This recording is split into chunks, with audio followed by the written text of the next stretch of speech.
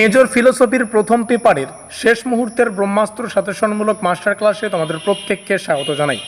আজকের এই ভিডিওটিতে আমরা দুটো টাইপের সাজেশন আলোচনা করব।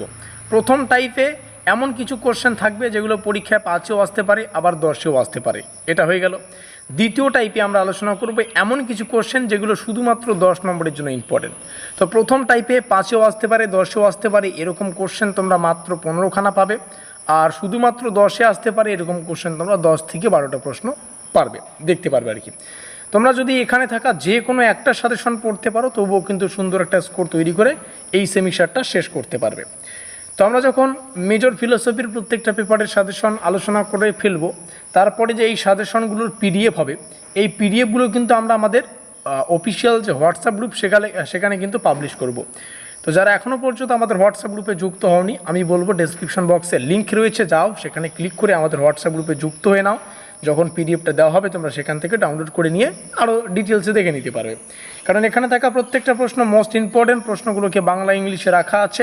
আমরা বাংলাটা পড়বো, কেউ যদি ইংলিশ ভার্সন চাও পিডিএফ ডাউনলোড করা বাধ্যতামূলক।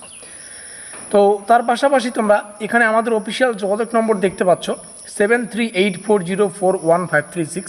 অতি অবশ্যই আমাদের এই নম্বরে যোগাযোগ করে বাঁকুড়া ইউনিভার্সিটির যে কোনো সেমিস্টারের কিন্তু একদম পরীক্ষা নিরীক্ষা করে তৈরি করা এক্সাম ওরিয়েন্টেড নোটপত্র চাইলে কিন্তু আমাদের কাছ থেকে সংগ্রহ করতে পারবে। সেটা চলতি সেমিস্টার হোক, কিংবা ব্যাকলগ সেমিস্টার হোক, কিংবা পরবর্তী সেমিস্টার, তোমরা কিন্তু আমাদের কাছে পরীক্ষা নিরীক্ষা করে এক্সাম ওরিয়েন্টেড নোটপত্র সংগ্রহ করতে পারবে। পুরুষার্থ বলতে কী বোঝায়? এর প্রধান প্রকারগুলি: চারবাক দর্শনে পুরুষার্থের ধারণা মোস্ট ইম্পর্টেন্ট, আস্তিক দর্শনে পুরুষার্থের ধারণা। এই দুটো কোশ্চেন বা এই প্রথম 3টা কোশ্চেন থেকে একটা কোশ্চেন আসবেই 5-এ, ঠিক আছে। ধর্মের সংজ্ঞা বৈশিষ্ট্য, ধর্মের শ্রেণীবিভাগ, কর্মবাদ বলতে কী বোঝায়, জন্মান্তরবাদ এর ধারণা। এই 4টা থেকে বা পরের যে 4টা আমি বললাম 4 থেকে 7 পর্যন্ত, এখান থেকে ধরো একটা কোশ্চেন কমন পাবে। গীতার নিষ্কাম কর্মে একটাই কোশ্চেন যেটা মোস্ট ইম্পর্টেন্ট বলবে, এটা কেউ বাদ দেবে না, পড়তেই হবে।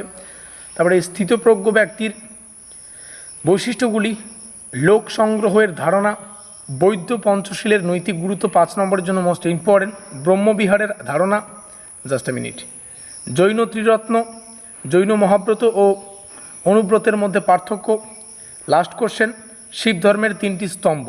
যদিও এটা মোস্ট ইম্পর্টেন্ট 2 নম্বরের ক্ষেত্রে, তবুও কিন্তু তোমরা একটু ভালো করে ডিটেলসে পড়ে নেবে। 10 নম্বরের কোশ্চেনগুলো তোমাদের সামনে শেয়ার করছি, মোটামুটি 10টা কোশ্চেন রয়েছে। আর আজকের এই ভিডিওর মাধ্যমে আমরা মেজর ফিলোসফির প্রথম পেপারের কিন্তু শেষ মুহূর্তের একদম সব ধরনের প্রশ্ন আলোচনা করলাম। এর বাইরে তোমাদের আর কোনো প্রশ্ন প্র্যাকটিস করতে হবে না যদি পুরো সেমিস্টারে কোনো কিছু না পড়ে থাকো। আর চাইলে পড়তেও পারবে, কিন্তু আমাদের মনে হয় এখান থেকেই পরীক্ষায় প্রশ্নাবলীকে তোমরা 100% কমন পেয়ে যাবে। ভিডিওটির শেষে জাস্ট এতটুকু বলবো, পিডিএফ ডাউনলোড করার জন্য আমাদের হোয়াটসঅ্যাপ গ্রুপে যুক্ত হও, লিঙ্ক ডিসক্রিপশন বক্সে। এই নম্বরটা মোবাইলে সেভ করে রাখো, চলতি সেমিস্টার, ব্যাকলগ সেমিস্টার বা পরবর্তী সেমিস্টারের নোটপত্র সংগ্রহ করার জন্য। আমাদের স্টাডি কেডব্লিউ ইউটিউব চ্যানেলটিকে সাবস্ক্রাইব করে দাও, যাতে করে পরবর্তী ক্লাসের আপডেট তোমরা দ্রুত পেতে পারো। ভিডিওটিকে শেষ পর্যন্ত দেখার জন্য অসংখ্য ধন্যবাদ।